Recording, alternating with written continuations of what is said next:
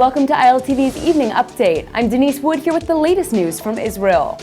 A growing number of French Jews are fleeing Paris suburbs because of rising anti-Semitism in the area. Some of those who are fleeing head to other countries, while others choose to relocate to areas where there are larger Jewish communities. In 2015, a record number of 8,000 Jews moved to Israel. But France still has Europe's largest Jewish population, with estimates saying there are between 500 to 600,000 Jews in the state. Half of that number live in Paris, but reports also say their numbers have been declining over the last 15 years. France is also home to the largest amount of Muslims in Europe, with around 5 million individuals. The Knesset has passed the first reading of a bill that would limit the use of confessions by terrorists that are obtained through the use of torture. Lawmakers voted 39-0 to advance the legislation, which would empower judges to throw out incriminating testimonies that are obtained under physical or psychological pressure. At the same time, the bill discourages investigators and law enforcement agencies from using improper methods of interrogation, because that evidence would likely be ruled inadmissible.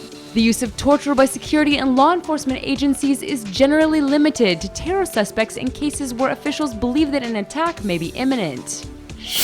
This Sunday, around 20,000 people marched through Ontario, Canada, in an annual event to support Israel. This is the 46th annual walk hosted by Greater Toronto, and many Israeli dignitaries also took part in the event. Canadian Prime Minister Justin Trudeau also prepared a statement, saying Israel remains one of Canada's closest friends, thanks to shared values and a thriving Canadian Jewish community.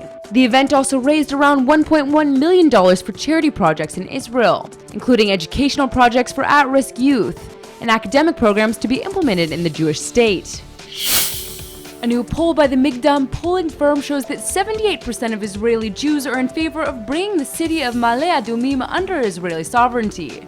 This would mean annexing the city, which is an Israeli settlement in the West Bank, and making it a part of Israel. 78% also voted to annex the city before reaching a final status agreement with the Palestinians, similar to how Israel annexed the Golan in 1981. The poll also found that 88% of Israeli Jews believe that residents of Maale Adumim should receive the same rights and benefits as other Israelis. Now, the Land of Israel lobby in the Knesset is saying they will draft a bill for the annexation of the city and introduce it during the Knesset summer session. That's all for now. Stay tuned on ILTV.tv for our main daily broadcast playing after this. I'm Denise Wood, and see you tomorrow with our morning briefing from Israel at 8 a.m. Eastern Time.